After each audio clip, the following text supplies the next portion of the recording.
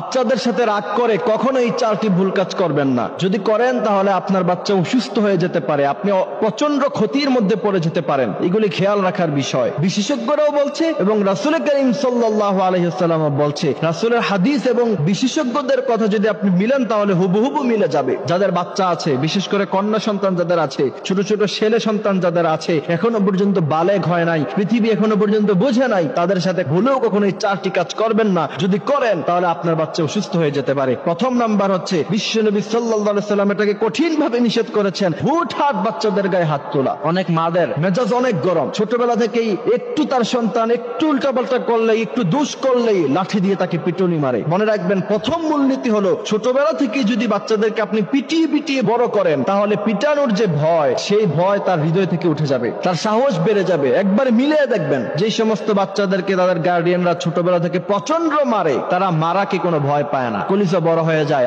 আরো বেশি অপরাধ করে। আর যে সমস্ত গার্ডিয়ানরা একটু ধমক দেয়, একটু শাসন করে, আবার একটু আদর করে, তারা মারকে প্রচন্ড ভয় পায়, তারা পিটুনিকে অনেক ভয় পায়। দেখবেন এই সমস্ত সন্তানদেরকে কখনো পিটানোর প্রয়োজন পড়ে না। বাচ্চাদেরকে হুটহাট আপনি মারবেন কেন? এটাকে জন্ম দিয়েছেন, এবার তাকে শিষ্টাচার শিখান, আদব শিখান, লেহাজ শিখান, এটা আপনার দায়িত্বের মধ্যে পড়ে। সুতরাং প্রথম নাম্বার ভুল হচ্ছে হুটহাট বাচ্চাদের গায়ে কখনো হাত তুলবেন না, এতে করে বাচ্চার ব্রেনও অ্যাটাক হতে পারে, বাচ্চার ব্রেনও সমস্যা হতে পারে। দ্বিতীয় নাম্বার হচ্ছে, অনেক গার্ডিয়ান আছে, ছোট বাচ্চা, সে বুঝে কি, তাকে শাসনের সময় অন্যান্য বাচ্চাদের উদাহরণ দেয় যে তুমি দেখো না, তুমি ক্লাসে 1 নাম্বার হতে পারো না, ওই যে অন্য মেয়ে সে ক্লাসে 1 নাম্বার হয়, এই যে অমুকের ছেলে ক্লাসে 1 নাম্বার হয়, তুমি কি করছো? এই কথা তাকে ডিপ্রেশনের মধ্যে ফেলে দেয়, সে প্রচন্ড চিন্তায় মগ্ন হয়ে যায়। এটা করার কোনো প্রয়োজন নাই, আপনি তাকে ছাড় দেন। এবং শায়েখ আহমদুল্লাহ সাহেবের এক ছোট্ট একটি কথা দেখলাম যে তিনি দিনের সন্তানের ব্যাপারে বলছেন যে আমার ছেলেকে কখনো পরীক্ষায় 1 নাম্বার হওয়ার জন্য আমি কখনো চাপ দিই নাই। আমি তাকে বলেছি তুমি ভালোভাবে পড়াশোনা করো, এটাই তোমার কাছে চাই, তুমি পরীক্ষায় ফেল করলেও আমার কোনো সমস্যা নাই। কিন্তু যেই বাচ্চা ভালো করে পড়াশোনা করে সে কি পরীক্ষায় ফেল করে? সে তো পরীক্ষায় ফেল করে না। এটা হচ্ছে টেকনিক, এটাকে বিশ্বনবী বলেছেন হিকমা।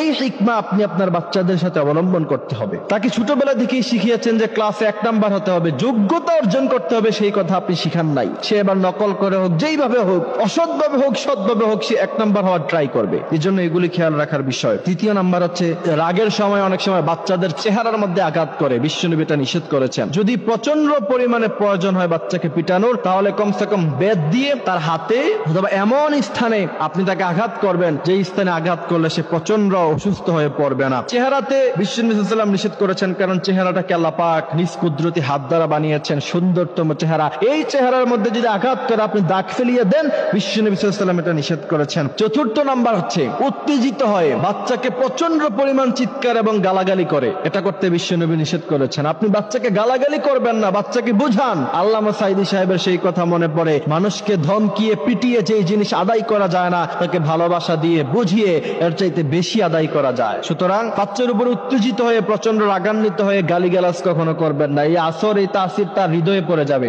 ওইটা বড় হইলে আপনাকে গালিগালাজ করবে, সেই বাচ্চা বড় হলে আপনাকে পিটাবে, এই বাচ্চা বড় হলে আপনার সাথে বাজে ব্যবহার করবে, খারাপ ব্যবহার করবে। যাদের বাচ্চা আছে তাদেরকে এই কথাগুলি বোঝার, মানার তৌফিক দান করুক, আমিন।